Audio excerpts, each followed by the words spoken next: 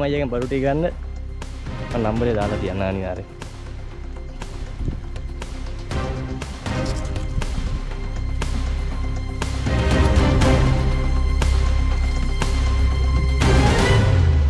ලගිමු.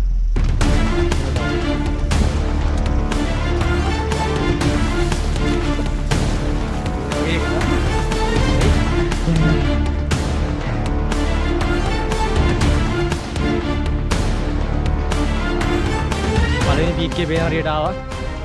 මේ සෑහෙන්න මහන්සි වැස්ස දෙන්නවා. පොඩි වැඩක් තියෙනවා කරගන්න.